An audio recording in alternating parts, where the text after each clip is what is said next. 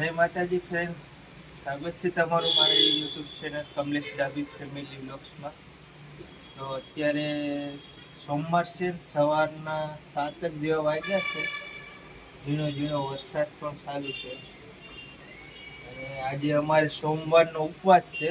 તો અમે જે સૌરાષ્ટ્રમાં કેળાના કાચા કેળાની ફરાળ બનાવીએ છીએ, એને ખલવા કહેવાય.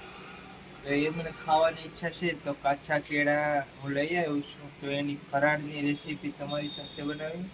તો ચાલો આપણે એ રેસીપી ચાલુ કરીએ. સોમવારની અમદાવાદની સવાર એકદમ ડુમ્મસ જેવું છે. ઝીણો ઝીણો વરસાદ ચાલુ છે. તો આ કાચા કેળાના 2 કટકા કરી નાખો ને એકના.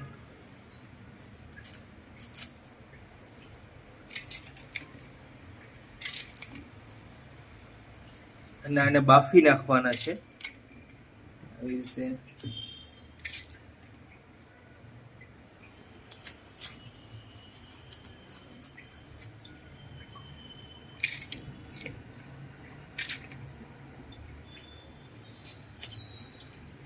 સીર કરવી પડશે વિષ્ણુ.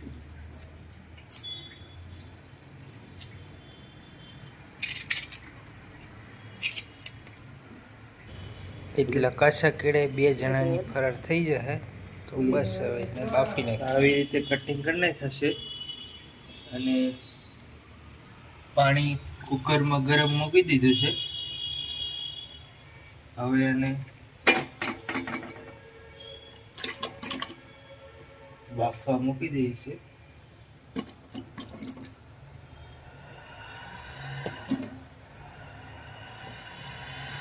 બાફવામાં મીઠું નાખી દેવાનું 1 ચમચી.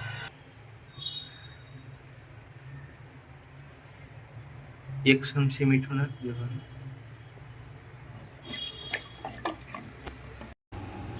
એક જ સીટી કુકરમાં બફાવા દેવાની, ફક્ત 5 મિનિટ, વધારે નહીં બફાવા દેવાનું.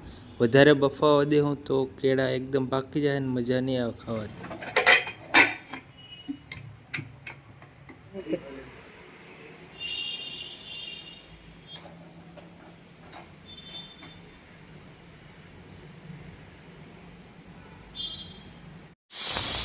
એક સીટી વાગી છે. આપણે હવા કાઢી નાખીએ કુકરમાંથી અને ફક્ત 5 જ મિનિટ થઈ. કુકર બંધ કરી દઈએ આપણે. ફક્ત 5 જ મિનિટ થઈ ગઈ છે. જોઈ લઈએ.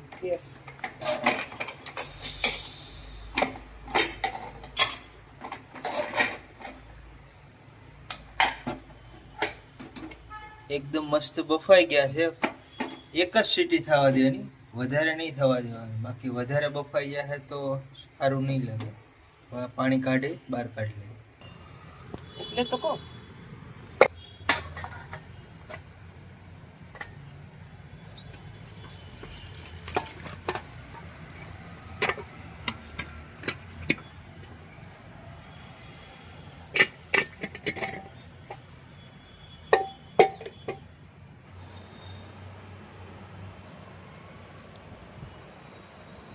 એકદમ મસ્ત બફાઈ ગયા છે.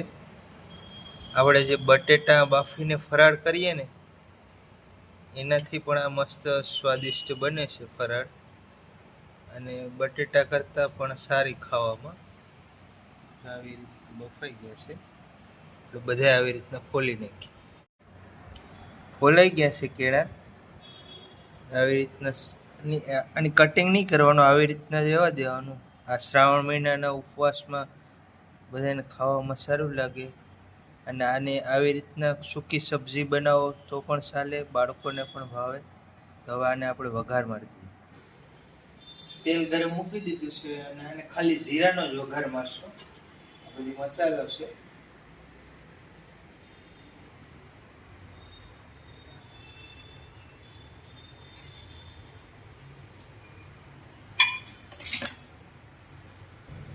ધીમા તેલમાં જીરું સરસ પાકે તો આપણે જીરાની પકાઈ લઈએ, પછી મસાલા નાખશું.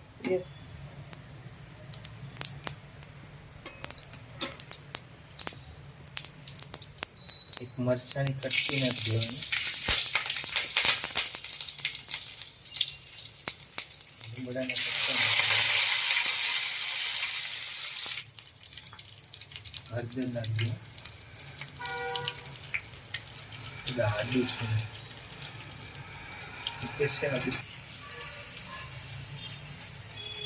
આદુ નાખી દઈએ. આદુ અને મરી તીખા, એનાથી સ્વાદ મસ્ત આવે.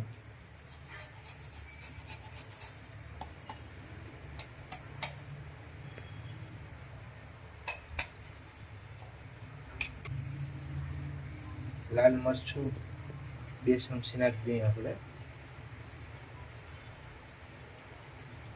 ગેસ ધીમો રાખવાનો, જેથી કરીને આપણા મસાલા ના બળે, ચટણી, હળદર, મીઠું. અને એવું લાગે તો 2 ચમચી પાણી નાખી દેવાનું, મસાલા બળતા હોય તો. સ્વાદ પ્રમાણે મીઠું નાખી દેવાનું. મીઠું આપણે બાફવામાં પણ નાખ્યું છે.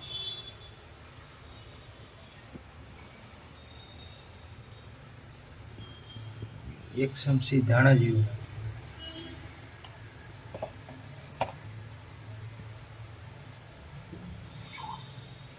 સેજ પાણી નાખી દેવાનું એટલે મસાલા બળે. અને બસ આવી રીતના આખો આવું.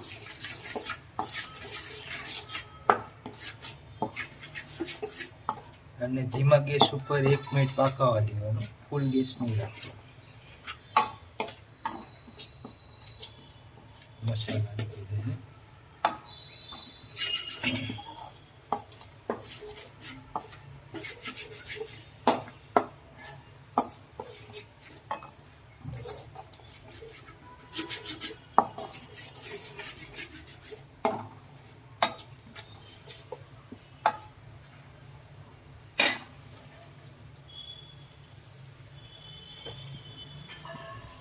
ટમેટું પણ કટિંગ કરીને નાખી દઈએ.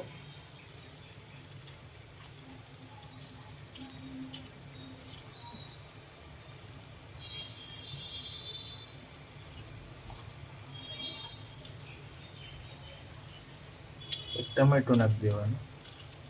ટમેટાથી અલગ સ્વાદ મસ્ત આવે.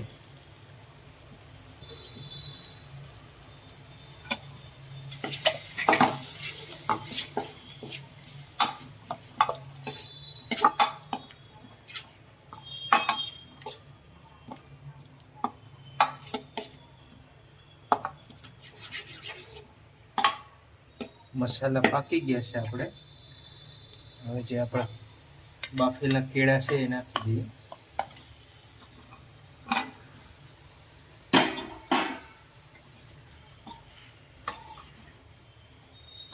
ગેસ ધીમો રાખવાનો અને મિક્સ કરી દઈએ.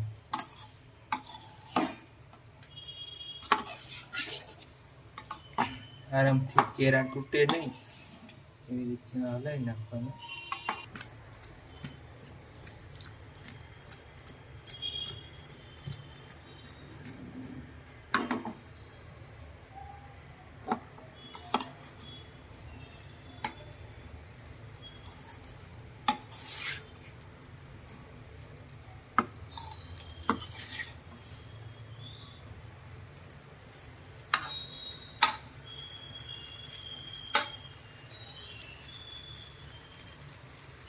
કેળાના ખલવા તૈયાર થઈ ગયા છે. ધાણા નાખી દઈએ. આ એક જાતની સબ્જી પણ મસ્ત કહેવાય અને ફરાળમાં ઉપવાસમાં પણ ચાલે. આવી રીતના બટેટાની જગ્યાએ કેળાના ખલવાની ફરાળ પણ તમે કરજો, મજા આવશે ખાવાની. અમારે કાઠિયાવાડમાં બહુ બને છે.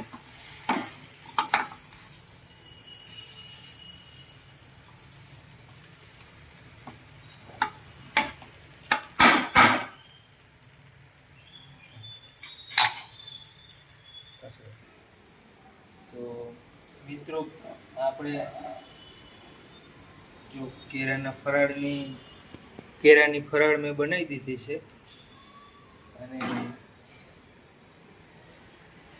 તમને જો આ મારા કેળાની ફરાળની વિડીયો સારો લાગ્યો હોય તો વિડીયાને લાઈક કરજો, શેર કરજો, કમેન્ટ જરૂર કરજો કાંઈ પણ પ્રશ્ન હોય તો. અને મળીશું અગલા વિડીયોમાં. ત્યાં સુધી જય માતાજી, બાપા.